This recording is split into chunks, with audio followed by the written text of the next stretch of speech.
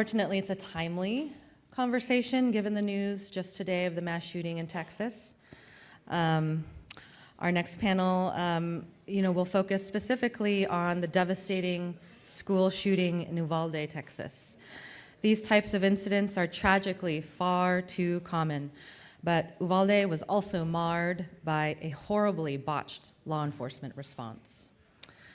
In this panel, we'll hear from journalists who kept questioning the official narrative to expose not only the many failures in how the police responded, but also how they tried to cover it up. Michelle García will lead this conversation. Michelle is an independent journalist based on the US-Mexico border in South Texas. She's produced investigations into the spread of HIV/AIDS on the US-Mexico border, women and violence in El Salvador, and the dangers faced by journalists in Mexico. She's the former Texas correspondent for the Columbia Journalism Review and a former columnist for the Texas Observer. Her work has also appeared in the New York Times, Mother Jones, The World, Marketplace, and Palabra. She's currently working on a nonfiction book about borders to be published by Viking. Over to you, Michelle.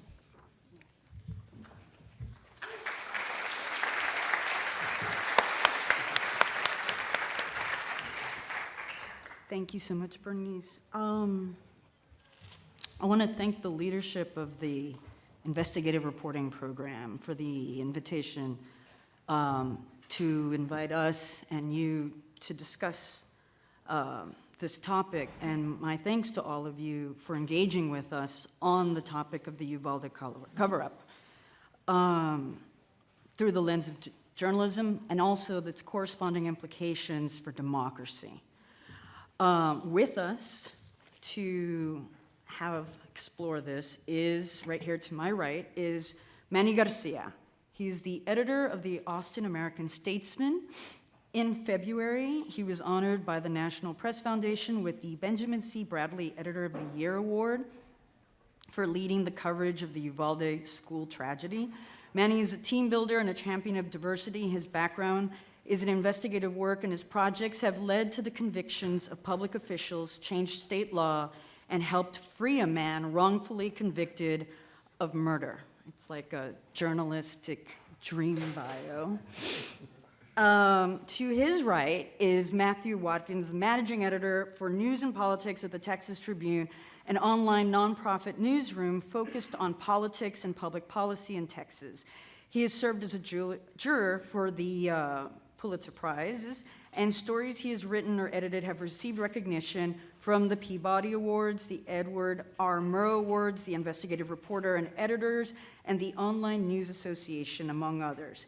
He joined the Tribune in 2015 as a reporter covering state politics and higher education, and previously covered local government at the Dallas Morning News and the Eagle in Bryan, College Station, Texas, home of the Aggies.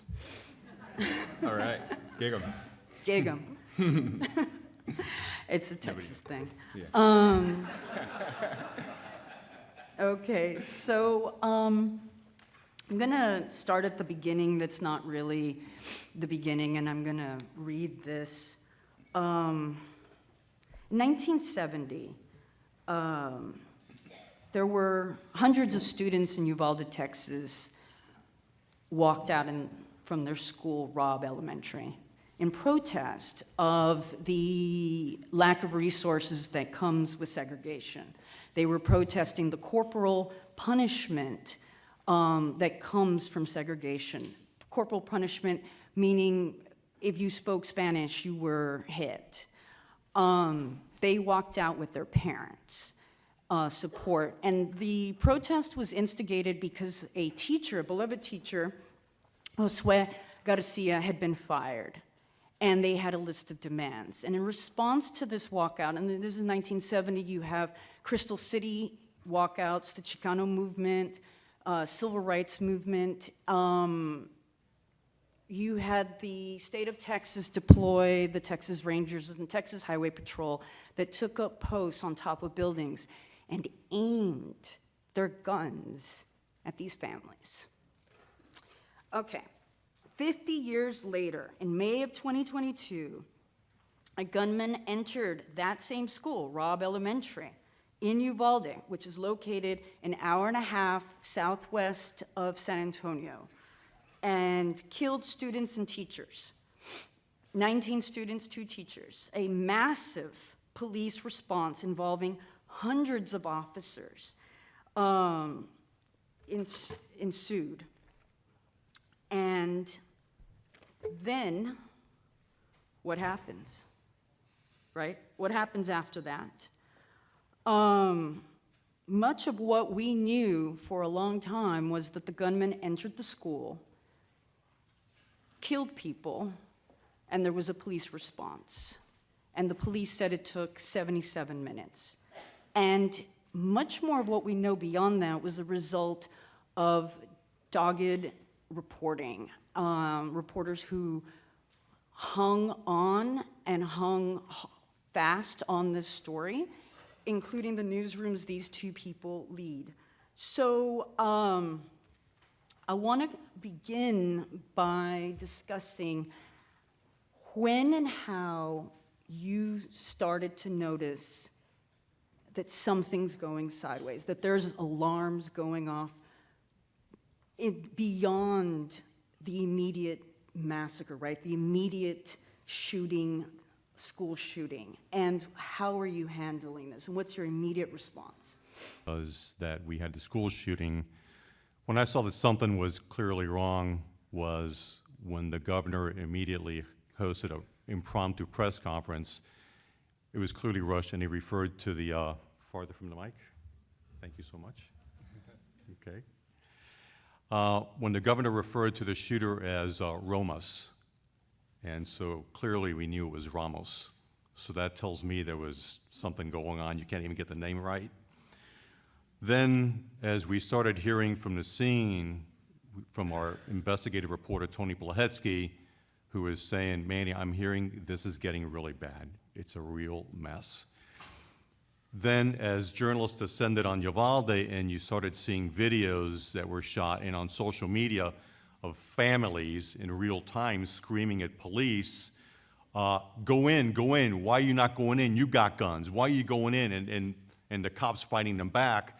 So it's that journalistic instinct, and lastly, the instance with which authorities launched this campaign of heroic actions, which you knew it was, for all of you who've reported and students, understand that things take time to flush out, but it was such an immediate response. Think of it as opening a faucet and it just flows out quickly.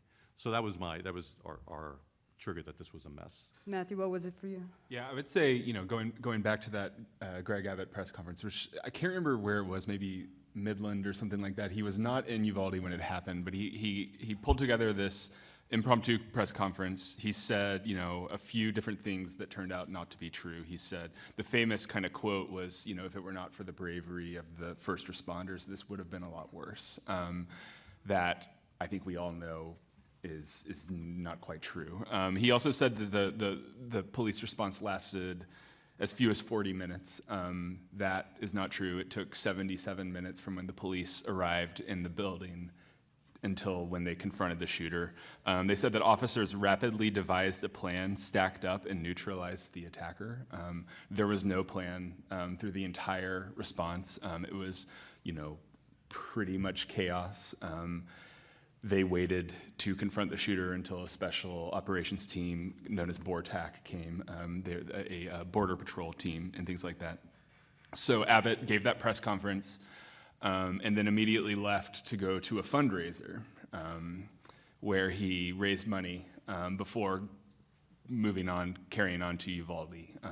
And it became pretty clear, as Manny was saying, that a lot of the things they were saying that was not true. And the first inkling of that was from the families at the school. So when the shooting happens, it's not a big town, 15,000 people, people living close to the school, text messages, phone calls being made from inside the school, and word spreading very quickly that this is happening. And families showed up to get their kids and showed up around the perimeter where DPS and other officers, DPS being the state police, Department of Public Safety, had established a perimeter, and as Manny said, parents begging the police officers to go in to stop the shooter, saying, if you won't go, let me go. People being, pulled away, detained, and things like that. And so that was the first sign. It wasn't from the official people. It was from people, reporters, from our organizations, from other organizations, talking to people on the ground and hearing their complaints, their frustrations about that, more than an hour where there was inaction. Just to add to that, in addition to the parents saying, go in, let me go in, DPS, which is the Texas Department of Public Safety, that houses the Rangers, that houses the Highway Patrol, these parents were handcuffed, they were manhandled as they're pleading for the lives of their children. And to really underscore, before we really get into the layers of misinformation, there's a video that we're going to show that sort of compiles the head-spinning campaign of manipulation.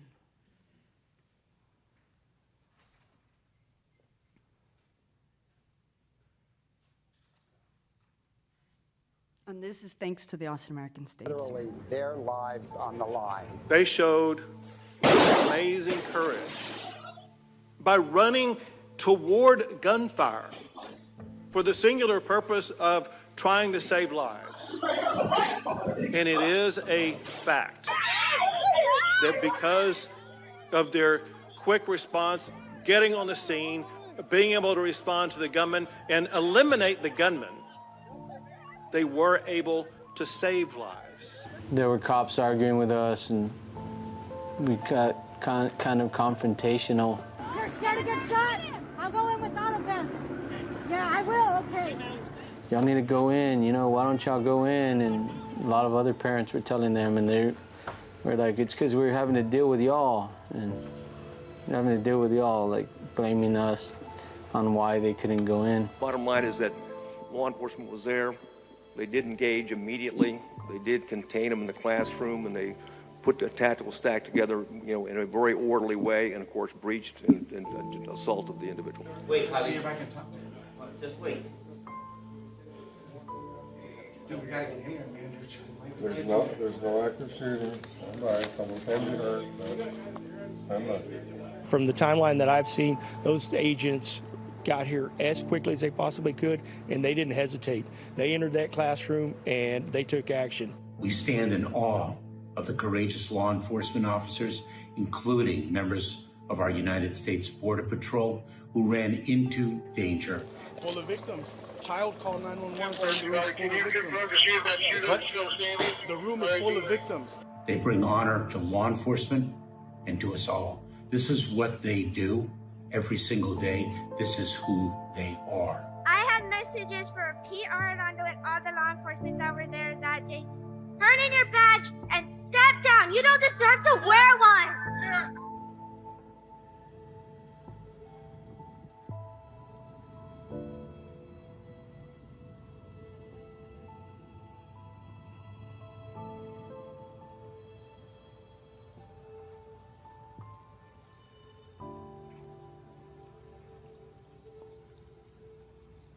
Hey, from the benefit of hindsight, where I'm sitting now, of course it was not the right decision. It was the wrong decision, period.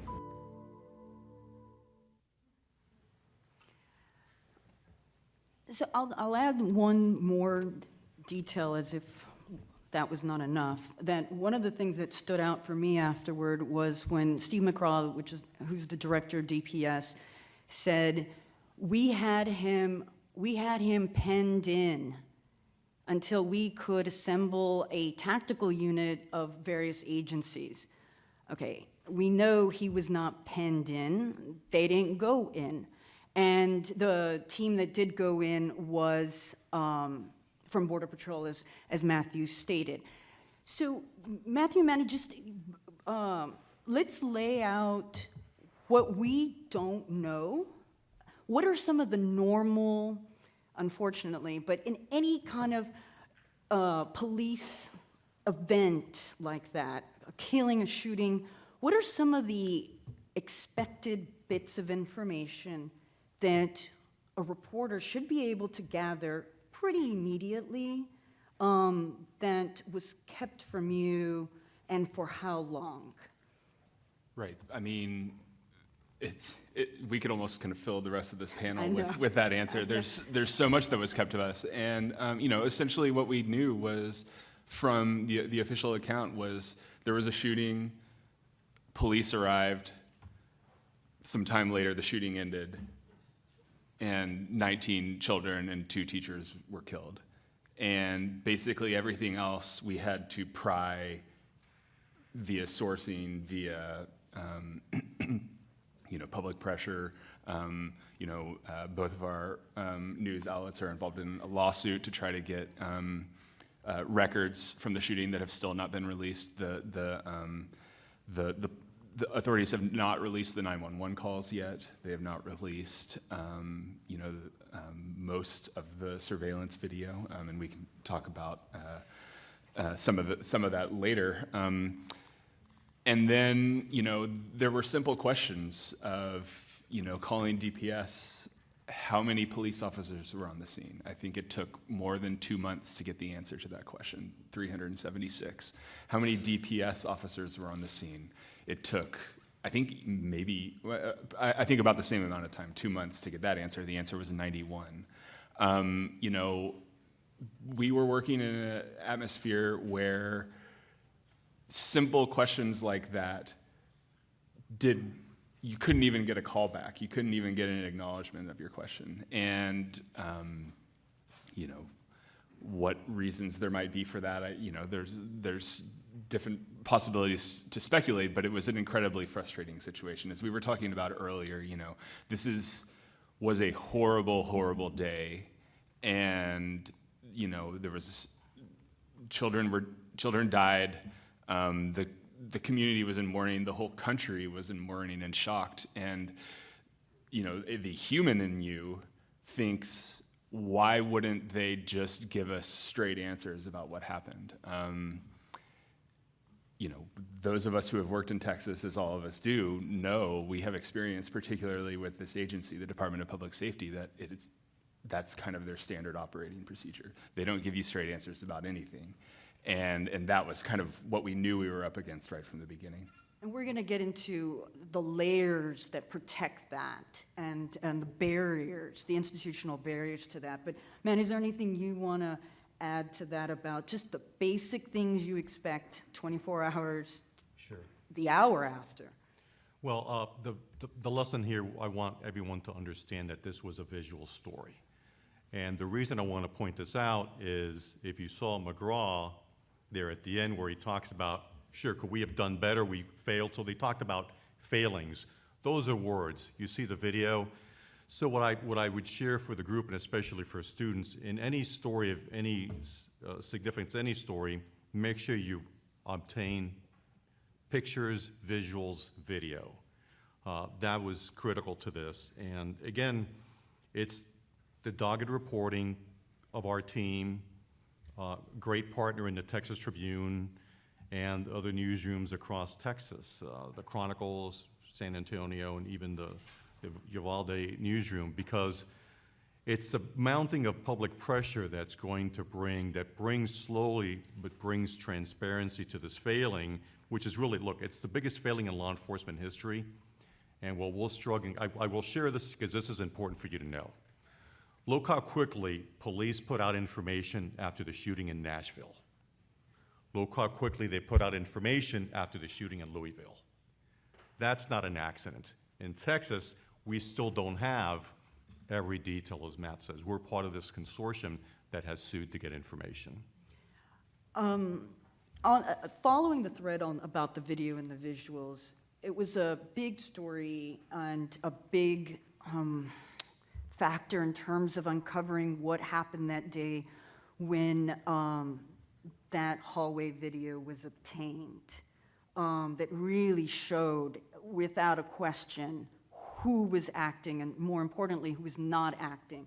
Can we discuss how that video was obtained, what both strategy but also what came from it, and how that may have reshuffled the landscape a bit of our understanding? Yeah. Well, it was the knockout punch to the lie. And so the video is obtained by a longtime beat reporter, Tony Blahetsky, who's developed sources through honest journalism. He never twists a knife. I haven't worked with a reporter like him. It's the reason he's considered the best reporter in Texas. So a lot went into this. We knew, as I mentioned from what you saw, this shooting happened at a school, so there had to be something out there. A, how do we obtain it? Because we know there's 19 kids dead and 2 teachers.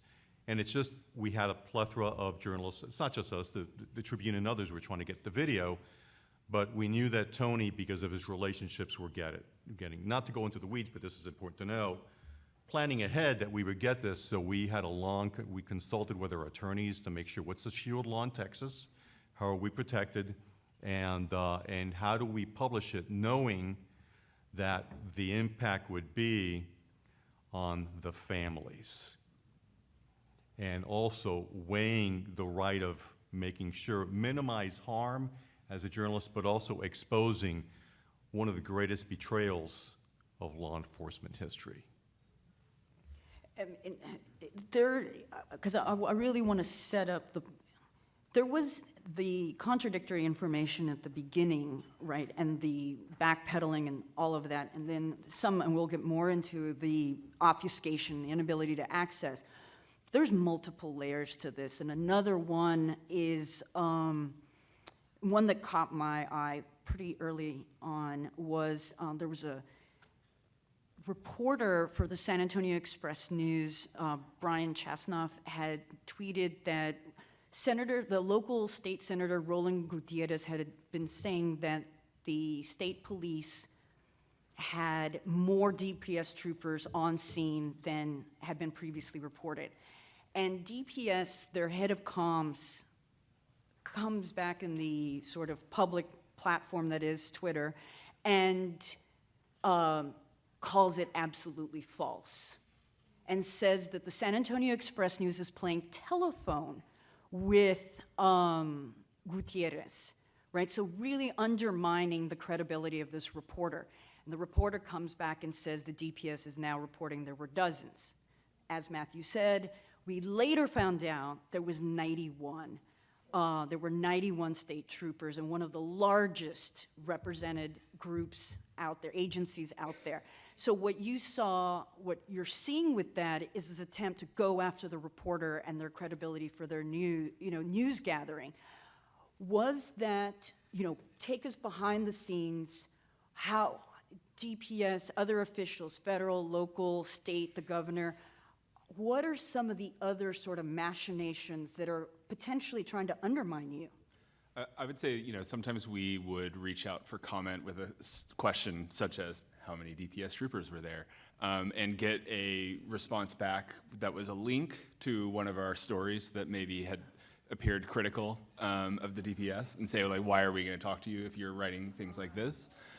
I can say on 3 or 4 occasions we had exclusive information that we went to DPS with to get comment on. Sometimes some pretty detailed, comprehensive stories, we gave them 24 hours to comment, something like that. And then, an hour or 2 before our deadline,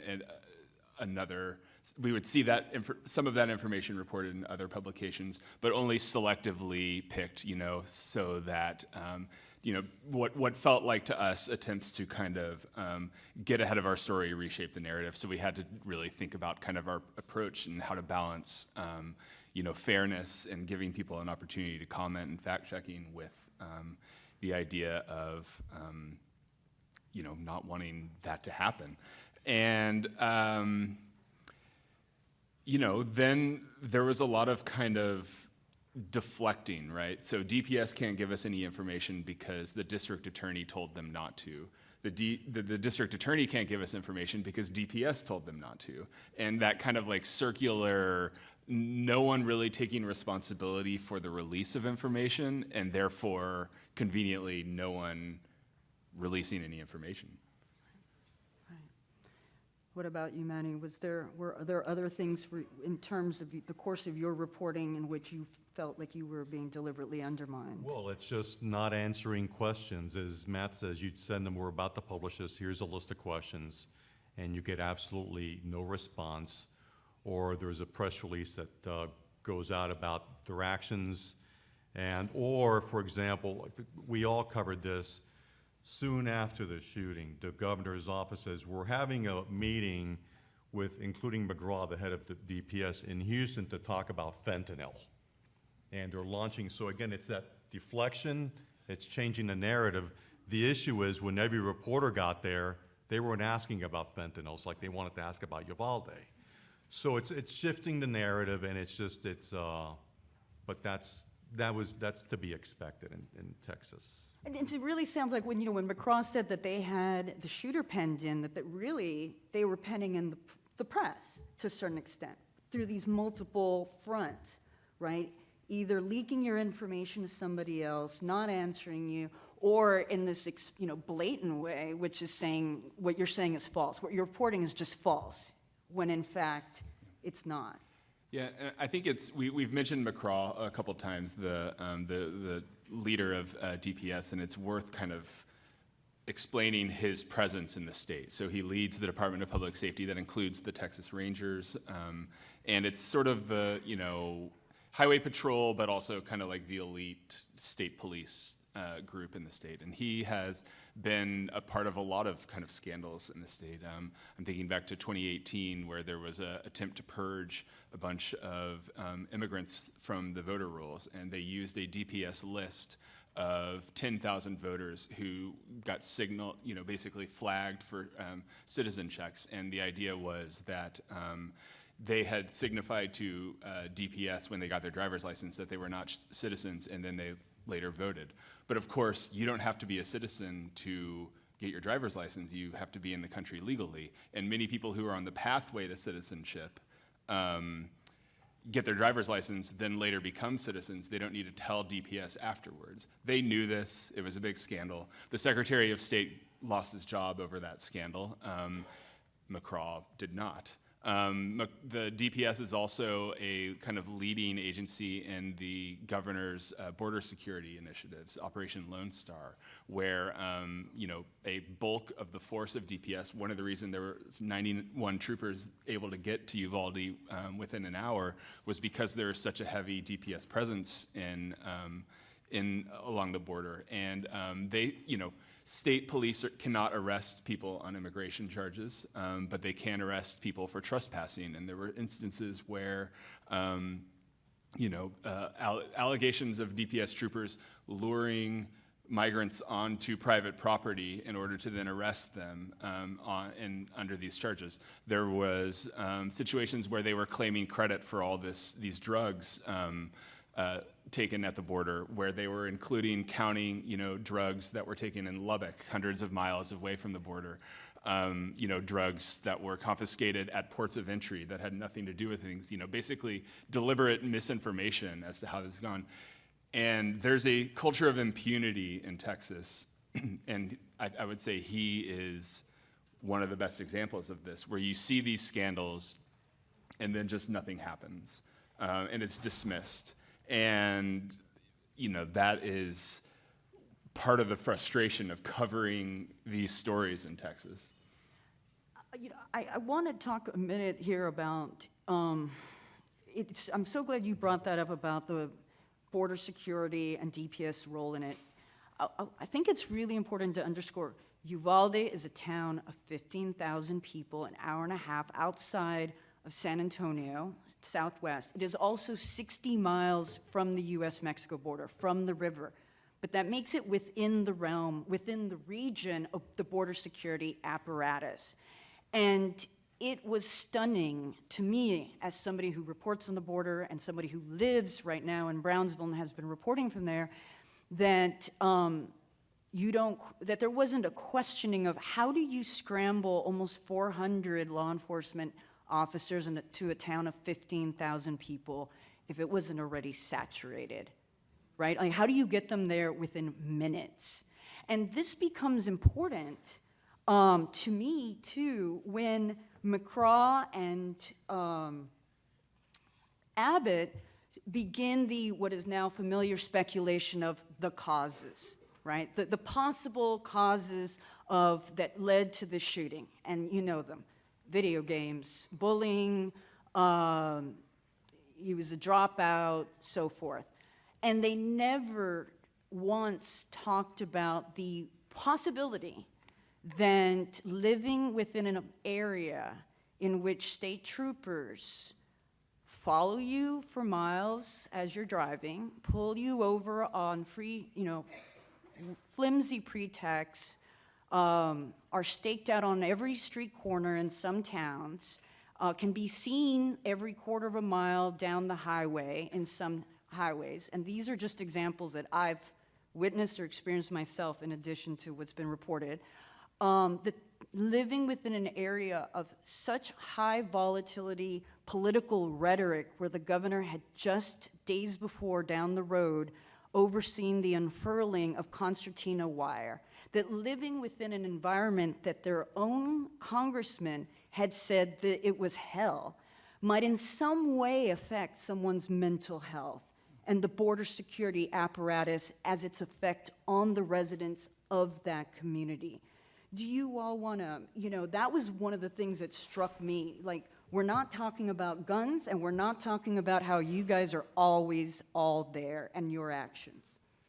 Well, Matt talked about the governor, then you have McGraw DPS. There's also, it's important to share for context here, is what I call the malpractice of the legislature. So there was a legislative committee that was created to investigate Uvalde. Pretty much every one of their hearings were behind closed doors. So what we don't do is, Matthew and the rest of us, we don't sit around, oh, woe is me. So we have to write those stories because part of our job is to document history. So it can't be revised because we're independent journalists.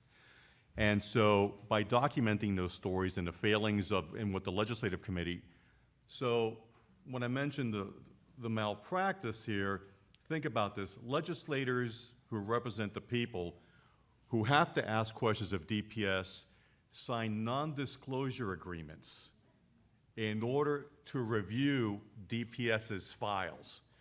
Just in case you didn't hear me, non-disclosure agreements with DPS to review all their records. Meanwhile, the Uvalde families are clamoring for openness. Help us out. Our children are dead, our brothers and sisters are dead. So that's what you have. So you have the governor's office, as Matthew talks about what they're doing here, and the Tribune has been one of the leaders on Operation Lone Star, but also you have the power of the police agency in the state and an abdication of responsibility by elected leaders to hold those in power accountable. I want to add one thing to so we have the non-disclosure agreements, which is very important. You also have what we in Texas call the dead suspect loophole, which is basically written in Texas's public record laws. In a police investigation, if the suspect is dead, they don't have to release any information to the public. And so the idea here, supposedly is that person was never found guilty, so you're protecting the privacy of this dead person. But of course, what happens when the person is killed by police?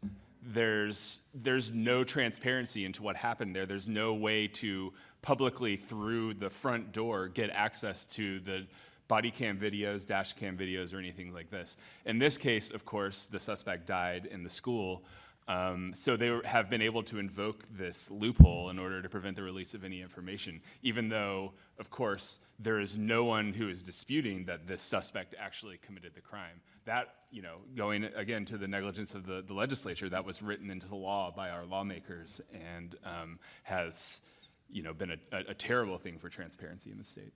And just to also underscore that, it wasn't always that way. I mean, Texas used to have better open records. So it's not like, oh, it's embedded in the DNA of the state. And there's been multiple attempts, including now one in the legislature, to roll that back, the dead suspect loophole.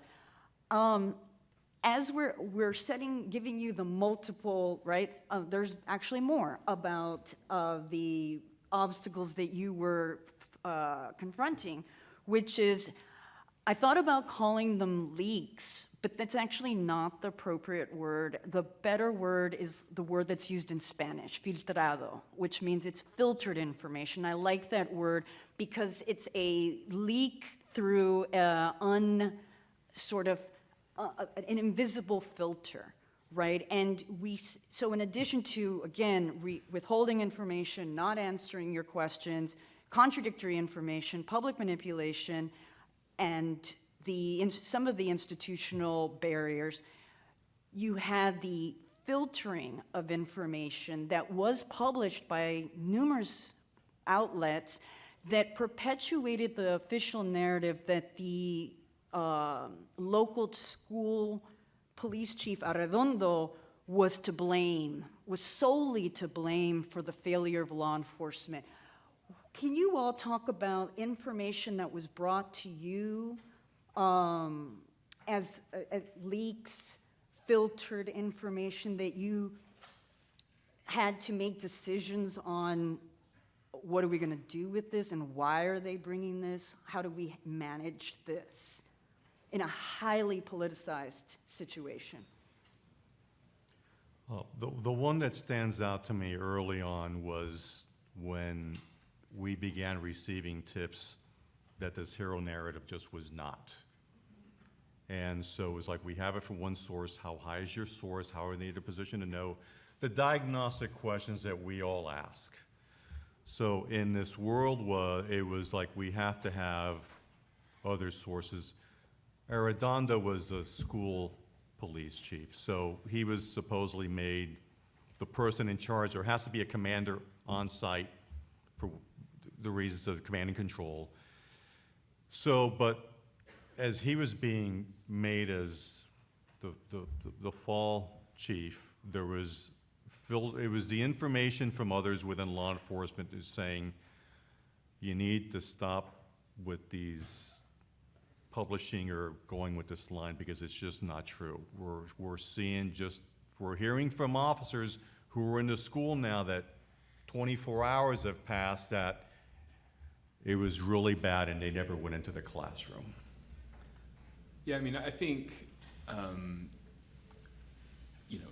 we as journalists are failing. It's very exciting to get a source releasing information to you, especially if it's being served up in a way to really make someone in a position of power look like they failed. But if you're not evaluating why that information is being released to you, then you're not doing your job. And I think we really strived as an organization not to just throw anything up, the next juicy detail without really putting thought into the context of how this happened and why this happened. And we were talking earlier about the name of this panel, the Uvalde Coverup, and I really like the name because I think there's different layers of cover-up here. The first cover-up is the one we've talked about a lot here, of when the authorities came out and said, essentially, there was this heroic police response, and if it weren't for that response, it would have been a lot worse. That is not true. Then there is the next cover-up in which certain people were scapegoated, and certain people tried to avoid tried to turn this into a story of individual failures as opposed to systemic failures. And one thing that we've really tried to do in our ongoing coverage of this is get past the individual failures. We've written a lot about Pete Arredondo. Pete Arredondo really screwed up. When he got to the school, he was the chief of the Uvalde Police Department, I think like a 5-member police department or something like that. He got to the school. He was one of the first people in the building.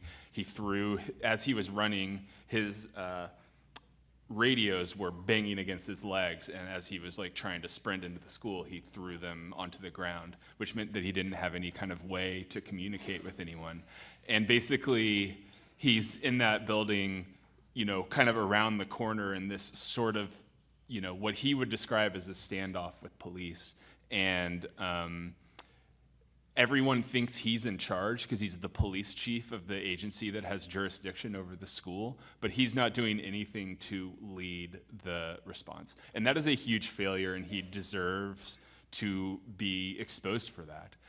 But there were also much bigger law enforcement agencies there. There was 91 DPS troopers there, 91 DPS troopers. Part of DPS's role is to come in and help under-resourced, overwhelmed agencies take over a response to a crime or an investigation.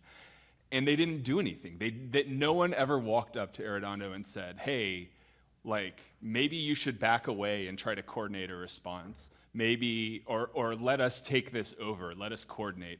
And that had so many consequences beyond just the inaction. It had consequences in terms of the medical response. There were 2 ambulances on the street outside the school when the shooting happened. 2, in a mass shooting with a shooter, holed up in a classroom for 77 minutes with kids.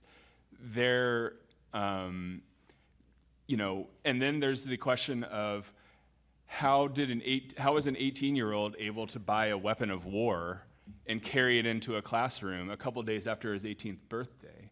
What kind of regulations? That we had a series of mass shootings in Texas. In 2018 and 2019, we had a school shooting at Santa Fe High School outside of Houston, in which 10 people died. We had the El Paso shooting, in which a racist murderer walked into Walmart, trying to kill Hispanics and killed dozens of people. A month after that, we had a shooting in Odessa, Midland, where I think 8 people died, if I remember correctly. And after those incidents, the governor, the lieutenant governor, pulled people together. They said, we're going to pass laws to stop this from happening. We're going to take a look at red flag laws, which allow the courts to take guns away from dangerous people. We're going to look at person-to-person gun sale background checks and add different changes to that. Months passed, the legislature came back in, and they did not do either of those 2 things. But what they did do was change the law so that you can carry a handgun without a concealed handgun license. And again, I don't want to downplay the fact that this police chief screwed up in a major, major way. But it was very convenient to have someone to point to and said, if it weren't for your cowardice, this wouldn't have happened. And that's not true. The gunman fired 100 shots inside classrooms 111 and 112 in the first 2.5 minutes of that shooting. And those mistakes cost lives. It's unquestionable, the mistakes that the police did, but sort of on the periphery. The horror, the damage, the initial damage that happened in there was in those first 2.5 minutes because of the access to firearms and all different kinds of other problems that we have in our state and in this country. And we need to be thinking about those systemic problems too, not just the individual failures. And that was something that I think we probably could have started thinking about earlier in the process as well. So I want to share real quick off of what Matthew said. And the cover-up was also the sanitized video that was released by the Special Legislative Report, which didn't have any gunfire. And that's critical because of the shooting initially, 48 minutes into, so we decided we were not going to use the sound of children screaming, but we were going to leave the gunfire in there. If you remember this, the initial narrative was, this was a barricaded suspect. Barricaded suspect, we're going to negotiate, barricaded suspect. 48 minutes into the video, you hear 4 more gunshots. There's children and others calling from inside. There is no barricaded suspect. As we've interviewed beyond SWAT officers, commanders, and they all said it never should have gotten to him having 48 minutes to fire more gunshots. You go in there and you take care of the problem.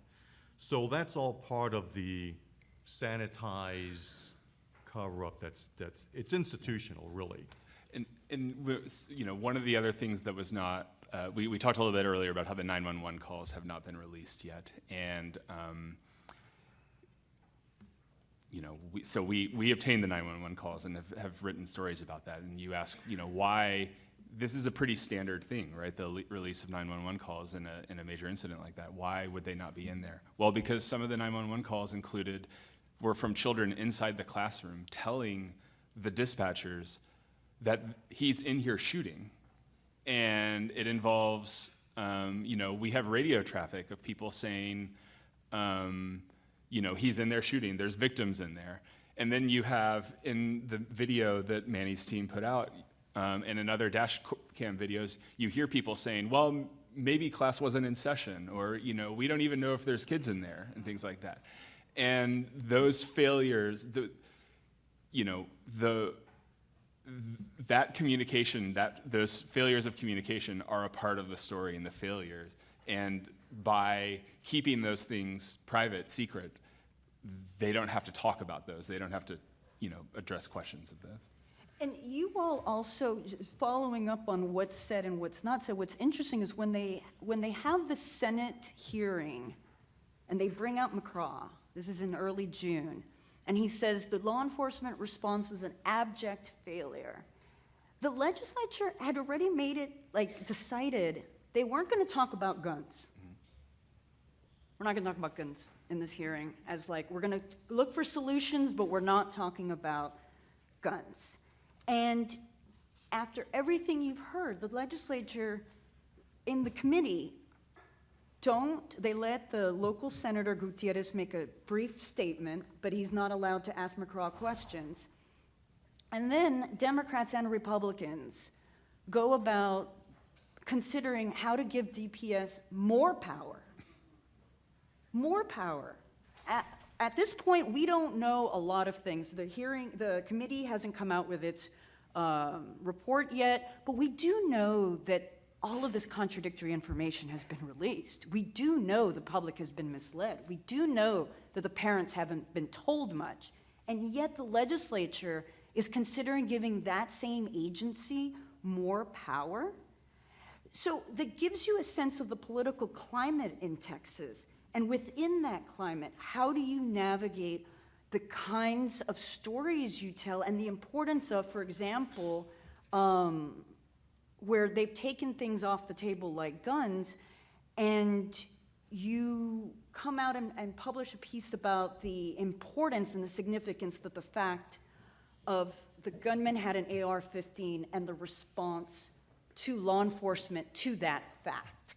Break that down on all those levels. Yeah, the thing about writing about guns in Texas is you better bring the facts, because people are going to pick apart your story with a fine-tooth comb. And so we had talked a lot about the idea of this weapon and how the idea that basically you're not going to be able to do much, even if it had been a perfect response, the number of fatalities would have been extremely high, and it would have been particularly tragic. We obtained a trove of kind of documents from the investigative files that included after-action police reports. After-action interviews with the police who responded. And that finally kind of gave us the receipts, so to say, to talk about the impact that this gun actually had. And so, I'll first, I wrote down a couple quotes from the story, but first I'll read a quote from a Republican senator before the story came out, which was that they were basically talking about how long the police took before they confronted. He said, "The man had enough time to do this with his hands or a baseball bat. The gun had nothing to do with it." But here's a few quotes from the police officers who responded. This is in an after-action interview. "I was like, shit, it's a rifle. The way he was shooting, he was probably going to take all of us out. Once we found out it was a rifle he was using, it was a different game plan we had to come up with. We say, I have a male subject, this is over radio traffic, I have a male subject with an AR. Fuck, what are we gonna do, he says. What's the safe, after being told that he has an AR-15, one officer says to another, what's the safest way to do this? I'm not trying to get clapped out. Officer telling another officer he has a battle rifle. An officer telling in an after-action interview, explaining why he didn't go in, I knew the firepower he had. So we finally had these quotes, right, that we could report that the reason, everyone's saying, why didn't they go in? Why did they didn't go in? The reason they didn't go in is because he had an AR-15. And not only did he have an AR-15, he was holed up in a classroom with a one-door entry. So you had this kind of funnel effect. AR-15s fire bullets at a rate that they penetrate the standard body armor that police officers carry. And so we'd had this story, we wanted to tell the story. We also wanted to include in that story the background of the gun, right? So we found, or wrote about kind of the reports that the US Army had when the AR-15 was kind of invented, and how they saw it as the ideal weapon to give the South Vietnamese because it was so easy to use, you didn't need any training to inflict damage. We wrote about kind of the damage that it does to the body. And we also wrote about how easy it was for him to get it, how he had asked several times family members when he was 17 to buy him a gun, and they refused. And then on his 18th birthday, he bought one. And 2 days after his 18th birthday, he went to the gun store in town, which also happened to be the most popular restaurant in town. You order it and then they send it to a gun store. That's how you get it. And so he gets it, they take it out of the box. In this store, the most popular restaurant in town, he picks up the gun, looks through the sight, puts his finger on the trigger, and starts looking around. And if anyone knows anything about guns, is you never put your finger on the trigger until you're ready to shoot. And this gun salesman sees this, and it doesn't do anything. He just, clearly this person does not know, is not knowledgeable enough about guns to be purchasing one, but they let him have it anyway. And told you that the gun, there was no red flags. Yeah, they didn't see any red flags with that. So, that to me is part of the story, right? Again, the police made terrible mistakes, but there's a reason for those mistakes, and we need to grapple with those reasons too. And we need to talk about how, we've allowed a situation like this to exist where these, an 18-year-old who had never fired a gun until May 24th, 2022, was able to hold off 376 police officers. So where we are is what you're seeing is the importance of continued reporting, because what you have now is really the betrayal of the families and the disrespect for families, a large share of which speak Spanish. And so what you're seeing is right now, and everybody's been reporting on it, that there's likely going to be no legislation as we head to May 24th, 1 year after everyone, 19 children, fourth graders, and their teachers were killed. At every step of the way, families have been given false information, false hopes. This is important because in Uvalde County, what's spoken at home primarily is Spanish, and families are and many of the family members are in Mexico. So when this legislative special report comes out, the families are saying, do you have it in Spanish? This is a no-brainer. And what do the committee members say and others? It'll take weeks to translate. So I've been blessed enough, I led a Spanish language newsroom for 5 years. And so we knew that was yet another lie. And so a group of us within USA Today, a former managing editor I work with, Teresa Frontado, in Miami, we translated the report in a couple of days. In fact, this is it. This is the Uvalde report that would take weeks. We had it done in 3 days and delivered to Uvalde, 10,000 copies.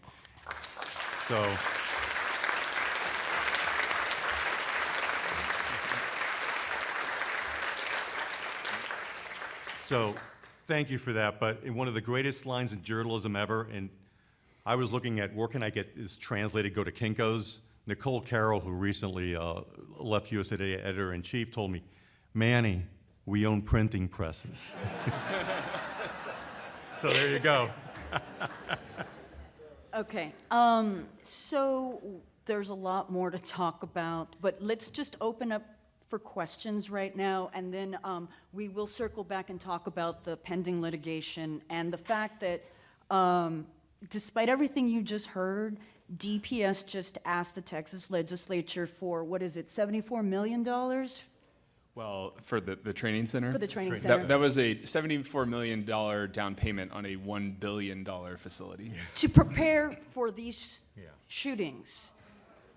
Okay, so let's get some questions, and then we'll be weaving in some more, because as you can tell, there's a lot involved here, and we do need to talk about the families as well.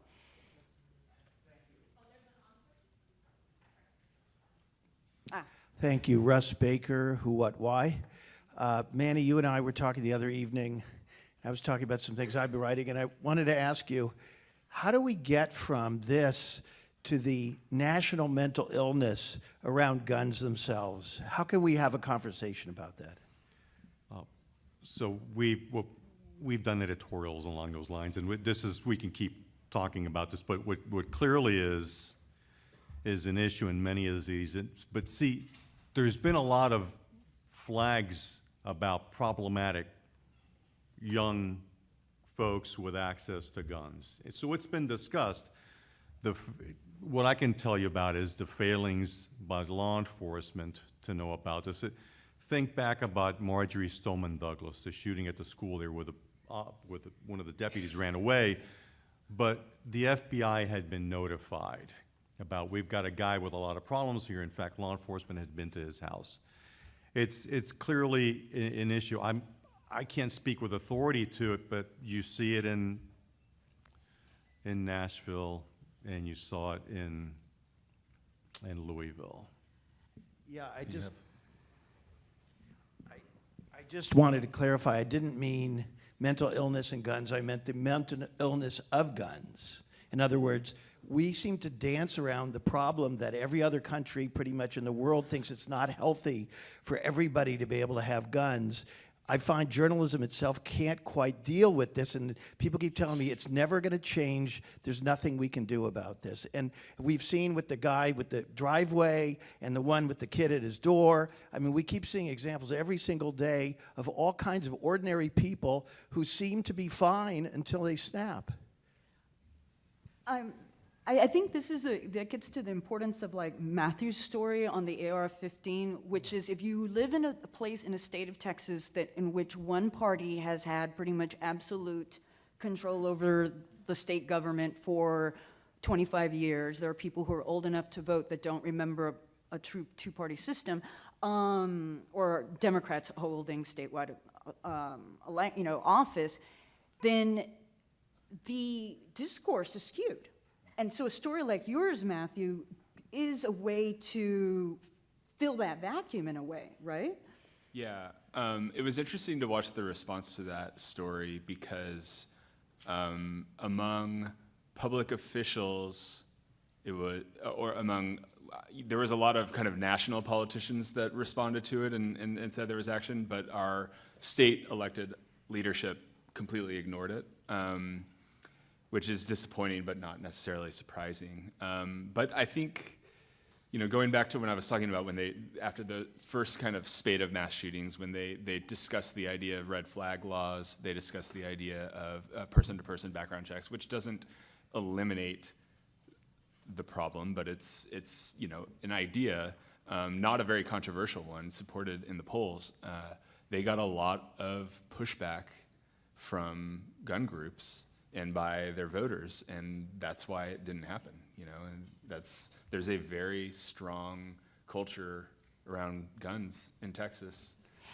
And I think we should add to this, to bring it into, I know as journalists, we can get very into the pursuit of this information for our purposes of informing the public, right? But the disinformation campaign, there was a mental health assessment done of Uvalde, and that is still ongoing. And they have found that the misinformation undermined local faith in their institutions that was already very frayed and weak given, generations of marginalization and lack of representation. and that the exposés, the continued revelations, have made it very difficult for the community to heal, because it's like you're constantly in the middle of it over and over again. I just want to hear, because I don't want to leave the families as like, oh, a secondary thing. How important has the families and their truth-telling, truth-seeking role been in the journalism and in the pursuit of getting answers? And what has their role been in the big picture of things? Well, like you talked about, they're activist families, much like 50 years ago you had the activism in Uvalde. They're absolutely activist families, but they're disrespected at every turn. It's not easy to get from Uvalde to a legislative hearing in Austin. It's a long drive. So we all wrote, we had a story, the families waited 13 hours. They came to Uvalde, they had to wait 13 hours to testify and pour their hearts out. They finished around 2 or 3 in the morning. So think about this. This is your one chance to get in front of the legislatures, and they sat there. So for us, it's just for the journalists, it's you have to stick with the story. Have to stick with the story regardless of all the noise and of government hoping that you will go away and hoping that the families will go away. We had heard from the families about how there was a feeling of frustration. These stories would come out and they would have horrible details, and it would kind of reignite that trauma that they went through. And that they had wished at times that they had received more of a heads up when things are coming. So one thing that we started doing was we had our reporters who had spent the most time on the ground type up a text message to the family of every child who died and the family of every child that was wounded. And it basically said, we care about this story, we're committed to covering it, but we've heard that there have been times where we wish you had known when things were coming. So if you want to know about our stories ahead of time, reply to this text message with a yes, and we'll give you a heads up. And about half of them replied, half of them didn't. We specifically did a text message because we didn't want it to be, we wanted them to be able to see the message. Some people have had their doors knocked on, hundreds of times, and we did this, we responded, and so what we did, ahead of stories ever since then is we'll give each of those people who said yes a call, and we'll tell them what's coming in the story, what we're putting in there. And it's not to get their permission, right? Because there, are decisions you have to make beyond the sources in the story, but we at least want to let them know and we want to hear them out. And we had some situations where people said, please don't include this detail, like it's too hard. And there was one time where we listened to that and we're like, okay, that actually makes sense. There was another time I mentioned the shooter.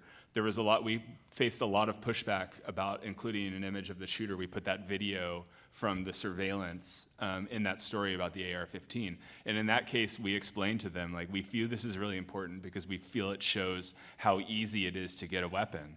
And they understood that and maybe didn't necessarily agree, but were prepared for it and told us that they appreciated getting the heads up. And engaging in that dialogue is so important. We have a question up at the top. Where are we next? Hi, Yes. I think it's me. Hi there, right here at the top. Hi, my name's Rosa Furno. I'm a global health reporter at the Bureau of Investigative Journalism in London. As a health reporter, this falls under my beat, although luckily we don't suffer from this in my country. This is interesting, following on from what's just been said about the importance of the families and taking the family wishes into account. But you talked earlier about the importance of this being a visual story. I read very recently a piece in the New York Times Magazine about the fact that photographs from Sandy Hook were redacted. And it asked the question about whether this is a moment that we need to start showing the unimaginable. I wondered if you could talk very briefly about your decision not to show certain images or video, and answer the question about whether it's actually time to include the children's screams in the audio that we publish. So I've received a lot of correspondence from folks saying, can you obtain autopsy photos? It's time to show what the impact is. We didn't have access to that. The reason for not including the sound of children screaming is because, and this wasn't something done in a vacuum, there was a large group of us sitting around there with our standards editor at USA Today, and the decision was, we don't want a parent to hear screaming children and somehow think this is the last sounds I heard of my own child. It was too overwhelming. And so that's, whether it's right or wrong, that was our decision. We just weren't going to include. It was momentary, it was at the start when he first goes into the classroom, but we felt that that was just a line we did not want to cross. Yeah? Hey, Tom Leatherberry from the SMU Law School First Amendment Clinic in Dallas. Can you mention two other institutional barriers, the overuse of the law enforcement exception and the elected district attorney's assertion of super jurisdiction over whether or not the information gets released? Correct. And so what you've been hearing is, so think about this, the governor was saying, I want the video released, which he could, but I can't because the Uvalde district attorney is leading the investigation and has a grand jury and holds all this sway in power. So that was part of this whole thing I called it like, it's like whack-a-mole. It's just go here, go there. So it's a problem. It's one of the many barriers that we report through in Texas, but what I continue to hang my hat on is that ultimately at the end of the day, the truth always comes out. I'm gonna mess this up because I can't remember the exact details, but there was something about some record that that people were calling for the release, and the DA said we aren't releasing it because all of the families asked us not to. And we called, we have this communication with about half the families. We called them, not a single family member said that they asked them not to release it. And in some cases said quite the contrary, we want you to release this. And, I think the question of, the images and what you show is a really difficult one. And I don't quite know the answer. I mean, we have seen autopsy photos. We've seen body cam videos from the police entering the classroom after the shooter, and it's unimaginable, the images, and we just could not, in good conscience, release it. At the same time, that has also been used as an excuse by law enforcement to not release it as well, saying, the families don't want us, these images are too terrible, which is troubling and problematic in its own right because it allows you to withhold information that, presents them in a bad light. Yes, we'll take a couple of questions and we got some follow-ups. Oh, yeah. Hi there. Two questions about accountability. One, Texas is a state that allows for the decertification of officers. Have there been any attempts to apply for decertification of officers involved in the Uvalde cover-up? Two, where is the Federal Department of Justice on this? Is there an attempt? I know that there's a Community Office of Policing Services review. Those tend to be bullshit. Is there any attempt at a criminal investigation for accountability? Because it clearly seems like this is not going to come from within Texas itself. There is a DOJ investigation. My understanding is that these things take a pretty long time, so I expect we'll see something. I don't know whether that will mean any kind of legal action or just a report on the failures, but we'll see. And then the first question, what was the first? Decertification. Decertification, yeah. There have been a few proceedings in which the kind of certification agency in Texas came up. Most of those police officers have already been fired, or in one case, I think a DPS officer chose to resign. Yeah. It's a fairly, it's a single-digit or low double-digit number out of the 376 that responded, but there has been some people who have lost their jobs. All of them rank and file, with the exception of the Uvalde police chief. And then, in addition to that, McCraw said, if it turns out that DPS somehow failed, I'll resign.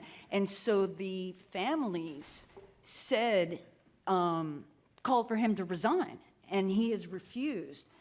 And I think to add to this, in terms of what the effect of the misinformation was, it was so well laid out by the uncle of Jackie Cázares, who died, where he said, the effect of this misinformation was that you lit a match and set this town on fire. because of the fury that was unleashed on the local government. And so there are just multiple layers when we think about how misinformation destabilizes, and that's why I mentioned at the beginning, democracy, that undermining of your, for political purposes, through political manipulation. Let's take some more questions. We're out. Oh, I'm sorry. It went by so fast. No, it was an incredible conversation. Please help me thank Manny, Matthew, and Michelle. I think it's been outrageous to hear about the events itself, but also the outrageous challenges that you've all confronted in order to just do some basic reporting. So thank you so much.